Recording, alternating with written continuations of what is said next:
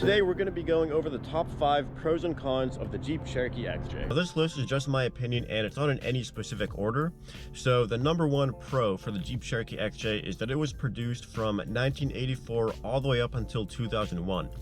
So of course 1984 to 1997 was the original XJ model, and then from 1997 to 2001 is the most recent XJ production years that we have. So the reason that I think it's a pro of the XJ is because it was produced for such a long time span. So there was a lot of research that went into it. A lot of people got a lot of experience with the whole XJ platform, and a lot of companies were able to produce a whole bunch of aftermarket parts for it. And of course, we also do have genuine Mopar parts available for the XJ as well. And even today, 20 years after the last 2001 XJ was built, we still do have the option to buy genuine Mopar parts for the XJ. And of course, we have a bunch of aftermarket parts for the platform as well. Now, if you guys have been following along with the channel, you might remember about a year ago, I got a whole bunch of the cooling parts replaced on my own 2001 XJ here. And I wanted to go ahead and get genuine Mopar parts as the replacement cooling parts because I've heard that these XJs do the best with the parts that were actually designed to fit the XJ platform back when they were actually being produced. So the same parts that were actually factory installed on this XJ 20 years ago are still the best parts for it even 20 years later, after a bunch of aftermarket companies have produced the same parts for it. So that just shows you how good the Jeep engineers were back then. Not saying they're bad now, but it shows you how much research and design actually went into producing the XJ from all those years, 1984 up until 2001. Because in my opinion, and a lot of other people agree with this, but they do perform the best with the original parts that they were actually engineered and designed with, and the parts that they came completely stock from the factory with. So usually it could be pretty common that if a vehicle is produced for a very short period of time, or maybe like the first or second production years of a certain vehicle, might not always be the best quality because, you know, not really too much research and development has gone into it, and not really too much testing has gone into it either. And they haven't really received much consumer feedback in those 1 or 2 years. But with the years of 1984 all the way to 2001, I think Jeep was able to perfect the XJ, and I think 2001, a lot of people do disagree with this, but I think 2001 is possibly the best year of the XJ just for that reason alone, because it's the last year they produced it. Now, a lot of people do argue that the 1999 model was the best model production year of the XJ. That's because that was the last year that the XJ actually came with a distributor instead of a coil pack. And I believe the 2000 and 2001s also came with the bad head that is known for cracking whenever it overheats. In my own experience, I haven't had any issues whatsoever with the head cracking. And as you guys know now, I got a bunch of the cooling parts replaced with genuine Mopar replacement parts, so I'm not worried about overheating either whatsoever. So that's why I personally think the 2001 is the best model of the XJ. Now that also brings me to pro number 2, is that we have a whole bunch of aftermarket support for the XJ. Because it was produced from 1984 to 2001, of course, as I mentioned, a lot of research and development was able to be put into the XJ, resulting in a whole bunch of aftermarket companies producing aftermarket parts for the whole platform.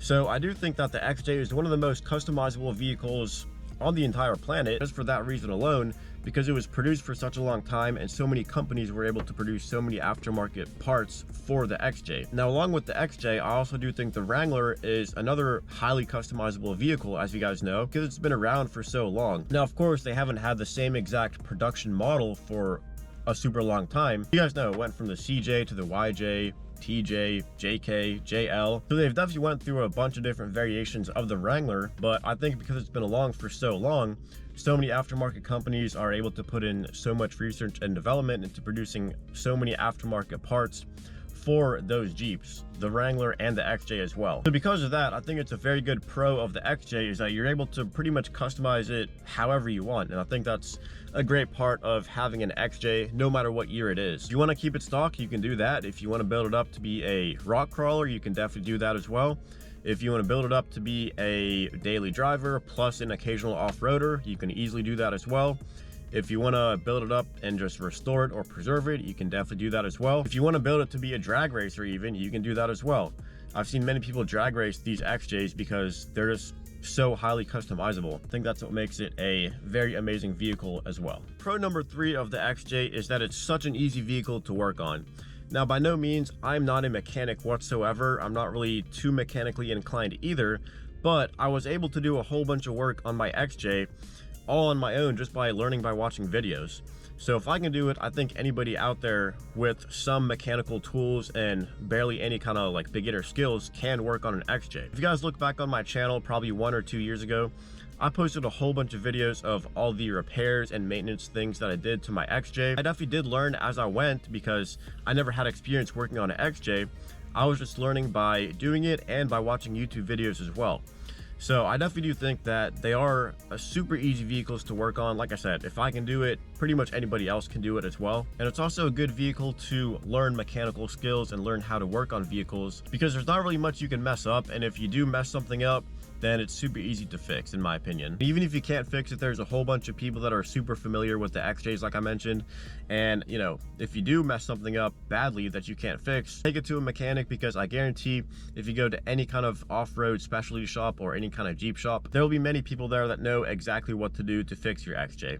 Now, just a few examples of some of the things that I've done to my own XJ are I replaced all the fluids, all the filters, I replaced all the lights with LEDs. I put in a brand new turn signal relay. I also replaced the fuel vapor tube because it was causing my check engine light. I cleaned out the throttle body and a lot of the sensors in the engine. I installed a tow hook. I replaced the PCV valves. I replaced the spark plugs as well as the coil packs. And I replaced the valve cover as well. So as you guys saw, I definitely am admitting that I'm not mechanically inclined, but I was able to do all that stuff just by learning by watching YouTube videos and learning by doing it. So I would say that the XJ is definitely a very easy vehicle to work on. Like I said, if I can do it, pretty much anybody else can, as long as you have tools. Fourth pro of the Jeep Cherokee XJ is that it is light and compact. Now, correct me if I'm wrong on this, but I believe the XJ weighs 3,400 pounds. And it's also super compact, which makes it great for off-roading and great for pretty much any kind of driving conditions. Now, you guys have probably all seen videos of super big trucks trying to go off-roading or trying to go rock crawling, and they all have a hard time. But then you see a super small and light vehicle such as a TJ or an XJ or a CJ go rock crawling with absolutely zero issues, and that's because they're so light and so compact. Now, it matters because, you know, you want your off-road vehicle to be light because you don't want all that weight to be, you know, hanging it up and causing it a disadvantage when you're going rock crawling or mudding, for example. You definitely want a light vehicle to help you not get stuck and give you that advantage of being able to, you know, get through obstacles easily. But when it comes to it being a compact vehicle, some people will say that's an advantage, some people will say it's a disadvantage. I definitely think it's an advantage because if you're going through like a forest, for example, with tight trees, you definitely don't want to have a huge off-road vehicle because you might not be able to fit through every single trail there. Now, if you have a small and compact vehicle like an XJ or a TJ, then you're going to be able to go more places than a big truck or even a big Wrangler, for example, like the JL or the Gladiator. Now, one reason why some people might say it's a disadvantage to being compact is because sometimes that can mean that it's easier to tip over or flip. So if you have a shorter wheelbase, if you're going up a super steep incline, then that makes it easier to flip over backwards, which of course is definitely not good. And if you also have a smaller width of the vehicle, then it could also mean that it tips over on the side easier. Now, in my opinion, I think if you are planning to do some extreme off-roading that actually requires you to have a wider stance or a longer wheelbase where you might risk flipping over, then definitely do get a wider and longer wheelbase vehicle. That's definitely what I would recommend. But I think just for like trail riding or just general, you know, light off-roading, I definitely think that a light and compact vehicle, it will definitely put you at an advantage over a vehicle that has a longer wheelbase or is wider. Now, of course, it just all depends on what kind of off-roading you are planning to do.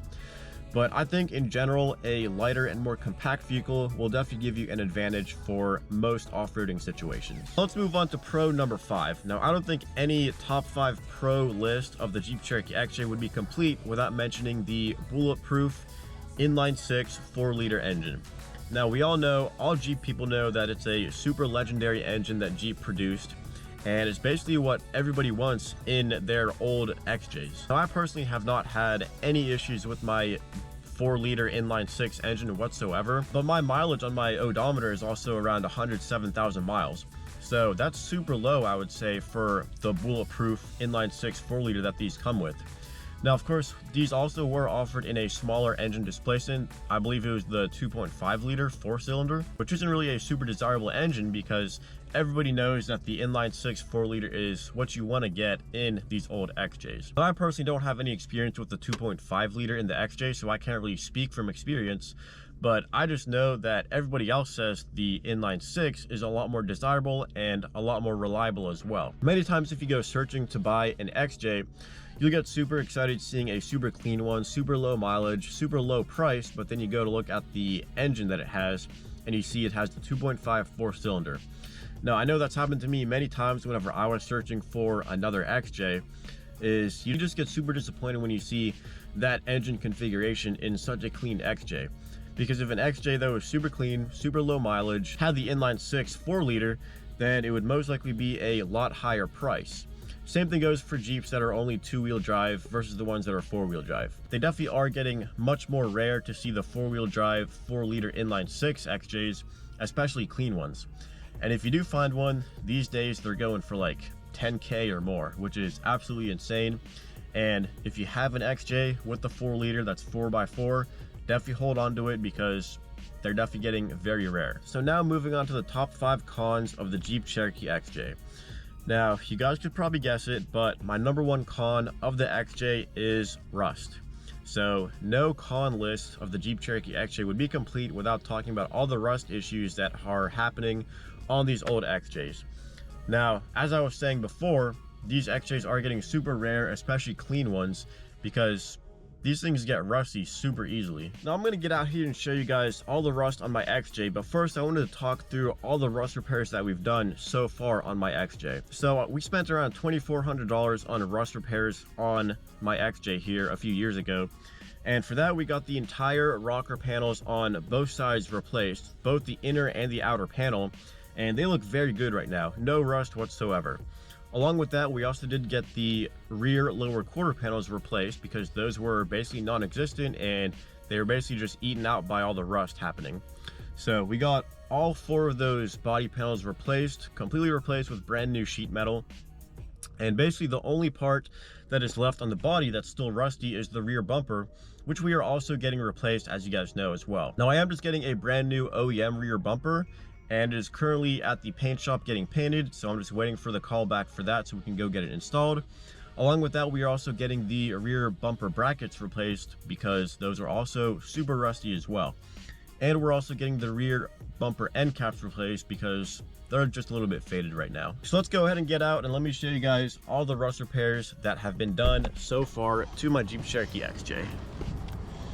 So basically what I was saying is the rocker panels on both sides got replaced. So as you can see right there, that's the driver's side. So basically before it got replaced, I bought this Jeep with a huge hole right here. So this is the most common area for rust on these old XJs. So as I was saying, we did get the whole entire rocker panel replaced. So it definitely looks very good right now. And you can see even these pinch welds down here are super good, no rust whatsoever. But to be honest, these whole rust situations with these old Jeeps, it's a never-ending project. So it's just a matter of probably a few more years before we get some more rust showing up on these rocker panels. Hopefully I'm wrong about that, but we'll see what happens in the future. And let me show you guys what this side looks like. So this side was not as bad as the driver's side, but we did get half of this rocker panel replaced. I believe they only replaced up to about right here because the front was still good. So we can get a good look right there at what the passenger side rocker panel looks like. Obviously looks a whole lot better right now with 0 rust whatsoever. Now, as I also mentioned, another very common spot with rust is the rear lower quarter panels. So that's just this little panel right underneath the bumper end cap. So you can kind of get a good look right there. And then driver's side right here, you can see what that looks like right there as well. So it definitely looks a whole lot better because before we got that replaced, it was basically, like I said, non-existent. So the panel just wasn't even there. So they just welded in a brand new piece of sheet metal right there. And as I mentioned, the only piece of the body that's still a little bit rusty here is the rear bumper. Get a good look right there at how rusty that is. And same thing underneath right here. And then on the other side, you can see how good that looks right there. So we're getting this whole entire bumper replaced with a brand new OEM bumper, along with the bumper end caps, if you can see those right there. And then I also mentioned the bumper end caps here. So we're replacing these things just because they are a little bit faded in color, and we're just replacing them with brand new OEM ones, so they will match the Jeep better, just be, you know, more black instead of this faded plastic color right here. So if we move up to the front, we already did replace the front bumper end caps. You can see how much better these look. They're not faded whatsoever, and I just think it makes the Jeep look a whole lot better. Makes it stand out a lot better as well. As I was saying, rust repairs really are not cheap if you want to do it the right way. And unfortunately, rust for these old XJs is pretty much a never-ending project, because once you replace the panel, give it a few years probably and it'll all come back. Now hopefully that's false, because I haven't seen any rust show up yet on the rocker panels yet, so I'm hoping it stays that way. But you know, I just keep noticing more and new rust on my Jeep every time I look underneath it, so that's kind of why I'm saying that it's a never-ending project. But so far I've had luck with the new panels that I got installed with not having any rust show up on those just yet, so we'll see how that holds up. Before I give you guys con number 2 on the XJ, you guys got to understand, I really had to be very nitpicky about this con list, because there's really not too many things that I don't like about my XJ. And this second one that I'm about to tell you guys does not really matter for the Jeep, and that is the fuel economy. A lot of people do complain that the XJs have not very good fuel economy, and to be honest, I've never actually calculated my fuel economy that I get in my Jeep, but to be honest, I don't really care about it, because I didn't get a Jeep, and most people don't buy Jeeps for the fuel economy. They buy them because they want to get a Jeep for the off-roading capability, for the community, and just the freedom that they give you to drive wherever you want. So if you are worried about the fuel economy, then I would highly recommend getting a Wrangler 4xe, which is the new hybrid Jeep Wrangler that Jeep came out with. Now, those have, I think, like 50 miles per gallon, which is super amazing for a Wrangler. And they also do have the same amount of torque as the Wrangler 392. So if you are interested in getting a Jeep, but you also do want good fuel economy, then that's definitely a good option for you. Like I said, I'm not going to spend too much time talking about the fuel economy, but that's number 2 on my list. And to me, it really doesn't matter. And I would not recommend getting a Jeep for the fuel economy, because you might be a little bit disappointed. But like I said, for most people buying a Jeep, they're not getting it for the fuel economy. They're getting it because it's a Jeep. Now, con number 3 on the Jeep Cherokee XJ might also upset a few people, but that is, it feels a little bit sluggish at high speeds. Now, from the factory, this thing has 190 horsepower to the crank, and it is a very light vehicle, so it's really not too bad. But at high speeds, you're trying to overtake somebody, like on the highway, for example. It's definitely not easy to do. And I'm not expecting it to be super fast, because it's not meant to be fast. It's meant for off-roading, which is what it's great at. But that's just one of the cons that I've noticed, is that a lot of people do sometimes get mad if they're behind me because I'm not accelerating fast enough, or I just can't really get up to speed if I'm going up a long incline, for example, on the highway. So that's just one thing to keep in mind, is that sometimes it can be a little bit sluggish, but you know, it's honestly really not too bad. If you just put your foot down, it'll definitely go, just sometimes not as fast as some people would like to. Now, the 4th con on my list is the headlights. Now, the stock headlights in the XJ are super dim. You can barely see anything with them. So what most people do when they get their XJs is replace the front headlights with LEDs. So as you guys can see, there is a pretty significant difference. You can definitely tell that they're a lot brighter. So I have a few videos on my channel comparing the aux beam versus the Quake LED headlights. Go ahead and switch on the low beams now and see what they look like.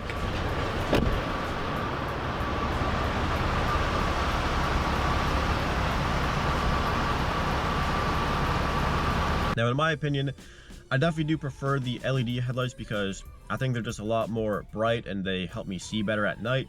But one thing that's interesting about that is that whenever I took my Jeep to get the annual state safety inspection, is that they actually failed it because the LED headlights were too dim. Now, what they told me is that sometimes the LED headlights might just be too spread out and not focused enough, so that's why their machine might have read it as too dim.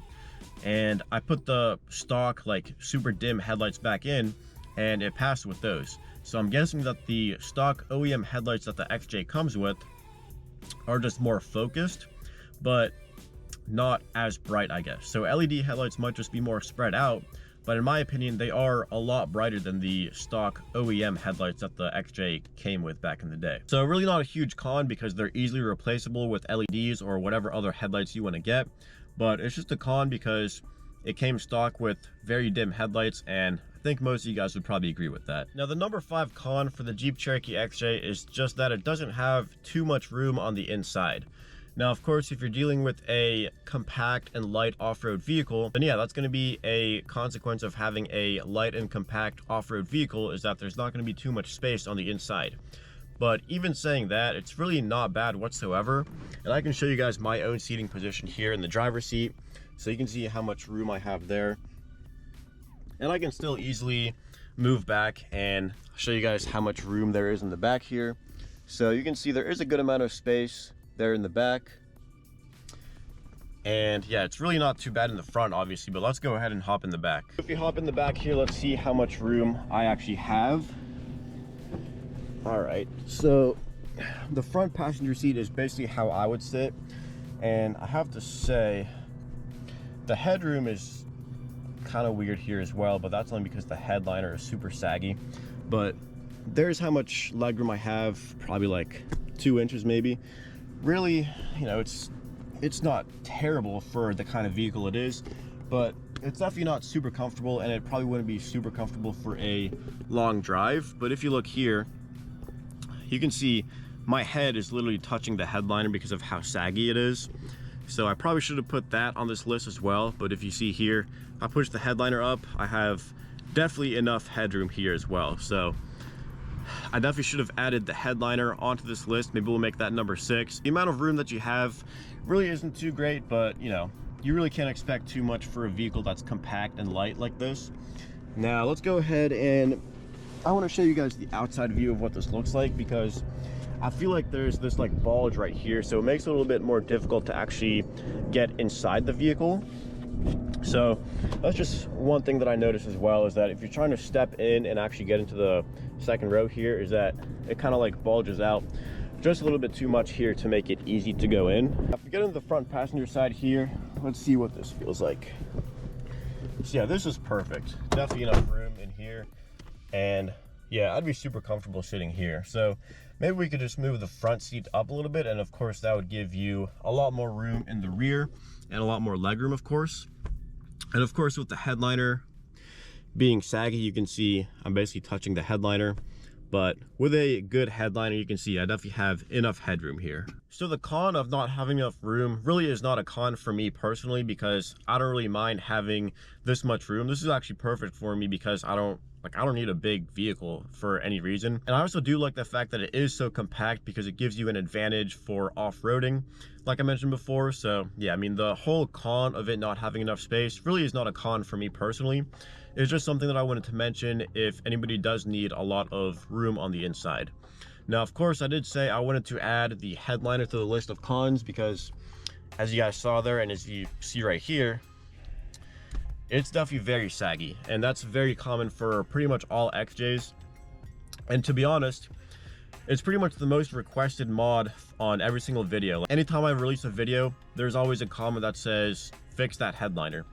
And I promise it is on my to-do list, but I wanted to get the rear bumper replaced first, and eventually we will get to the headliner, just not yet. So I definitely do have it on my list, but we just haven't gotten to it yet. All right, guys, well, those are my top 5 pros and cons of the Jeep Cherokee XJ. Definitely comment down below if you guys have anything to add to that list. I definitely want to hear your thoughts down below. And if you guys have any questions or comments, make sure to drop those down in the comment section below. And if you guys have any video suggestions for videos you would like to see in the future, also drop those down in the comment section below. And if you guys liked this video or found it entertaining, make sure to like, comment, and subscribe.